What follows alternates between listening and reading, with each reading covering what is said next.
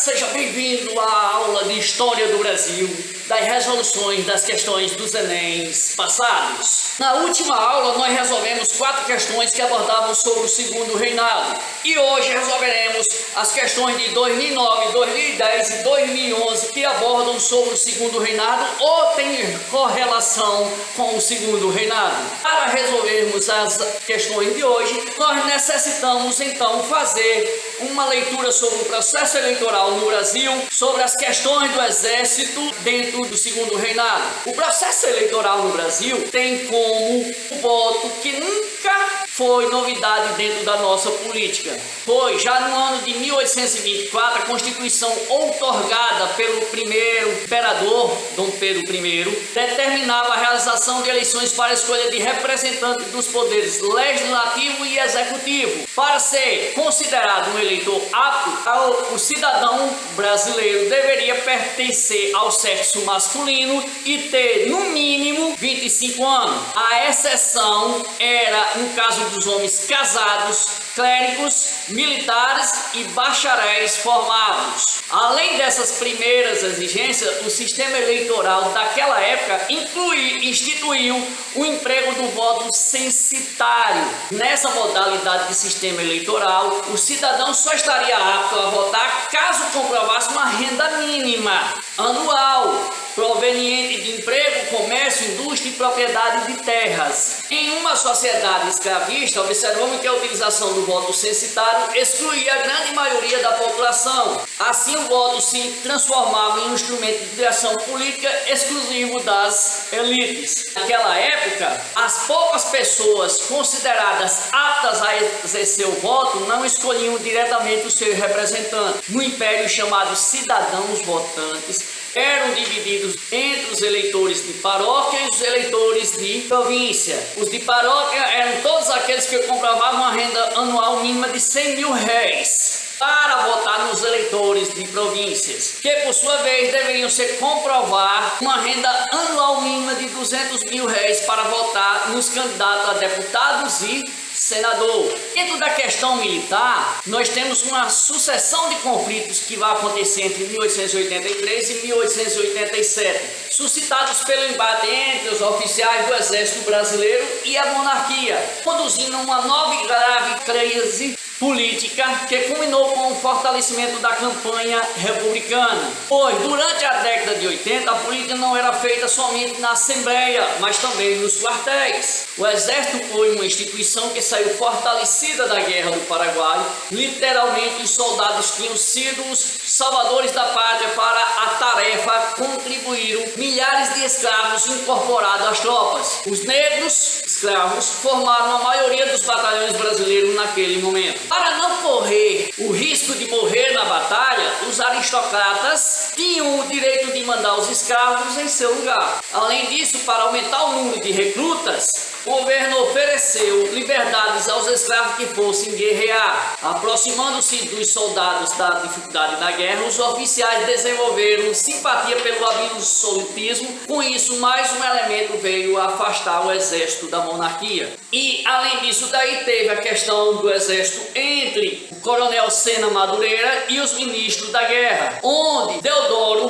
da Fonseca ficou ao lado do coronel. Desde então, passou a ser cortejado tanto pelos oficiais insatisfeitos com a monarquia quanto pelos republicanos, como militares efetivamente não aprovavam as atitudes dos governos em relação aos mesmos, mas não identificavam o governo como uma monarquia nem com a pessoa do imperador, a quem respeitava e a quem era muito amigo. Para a maioria dos militares, o império talvez devesse chegar ao fim, mas a república podia esperar pela morte de Dom Pedro II. O respeito ao velhinho retardou o rompimento definitivo entre os oficiais e a monarquia. Por isso, a ação dos grupos republicanos ligados aos cafeicultores passou a atacar o imperador através de sua herdeira, a princesa Isabel, pois a sucessão e o futuro reinado foram transformados em fantasmas assustadores pela propaganda republicana. A ideia de uma mulher no trono causava arrepios na mentalidade machista da época. Para piorar, pairava sobre a princesa Isabel a figura de seu marido, o Conde Deu. Além de ser antipático, era estrangeiro e gostava da marinha mais do que do exército. Em surdina começou então a conspiração que iria derrubar a monarquia. Agora vamos às resoluções, questões.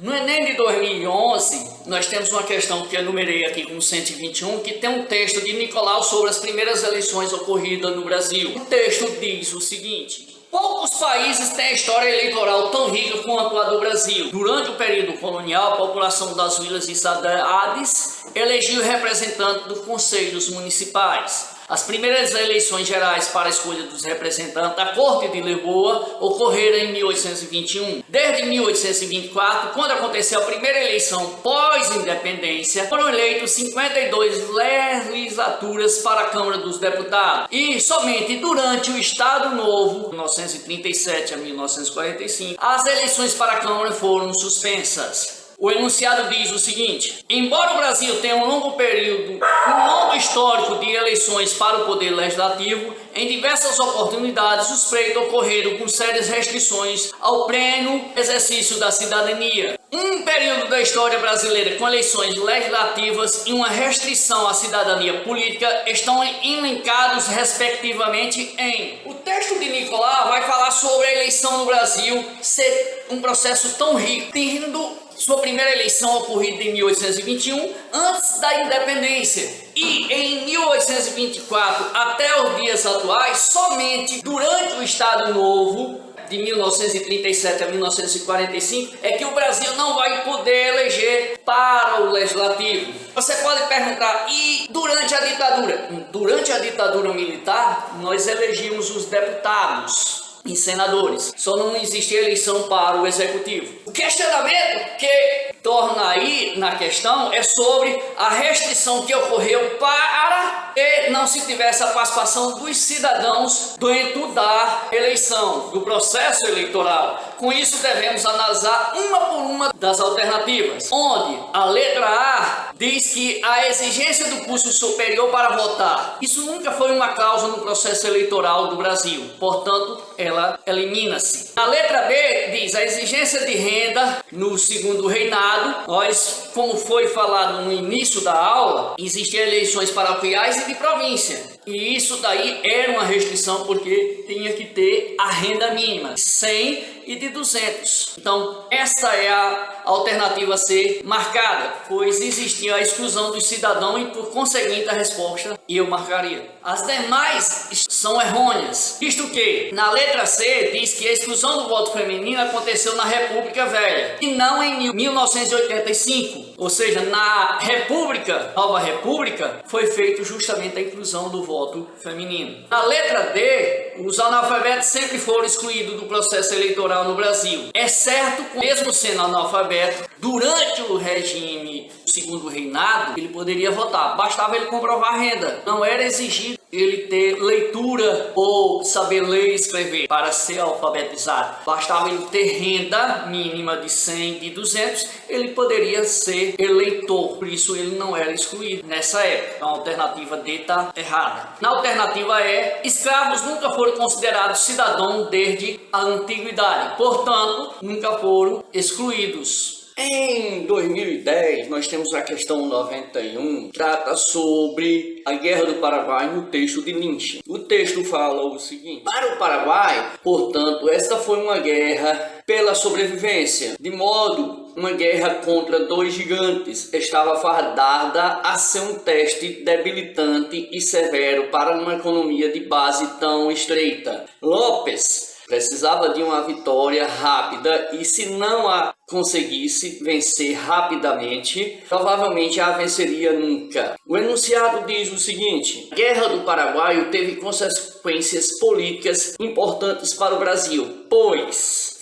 o texto fala sobre Lopes e a necessidade dele ganhar essa guerra o mais rápido possível, pois se ele não conseguisse, ele ia perder fácil a guerra. Mas o enunciado vem falar sobre a questão política que acontece no Brasil com a Guerra do Paraguai. E nós temos que lembrar o seguinte: A Guerra do Paraguai é o início do fim do Império. Por quê? Simples. O exército brasileiro, ele não era tão forte, ele nunca tinha passado por um teste forte. E a Guerra do Paraguai foi justamente esse teste. Ver se o exército tinha poder para defender o Brasil, já que só a Marinha tinha contido as rebeliões que tinham acontecido no Brasil, Confederação do Equador e a Revolta Pernambucana.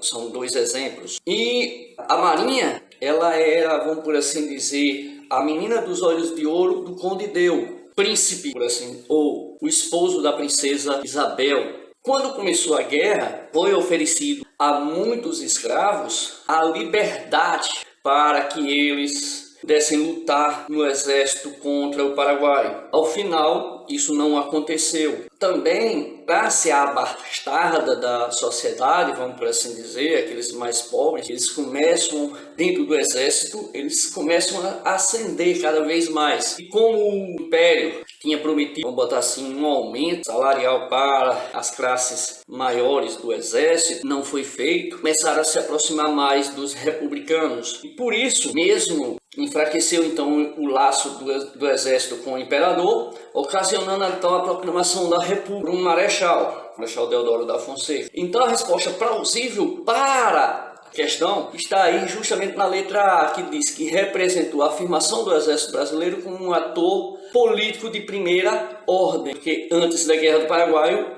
eles não participavam de atos políticos, vamos por assim dizer. E depois, como eu disse no início da aula, a política foi feita através dos quartéis. Eles passam a ser de ordem primeira, ou seja, eles estão muito acima dentro da ordem política do Brasil.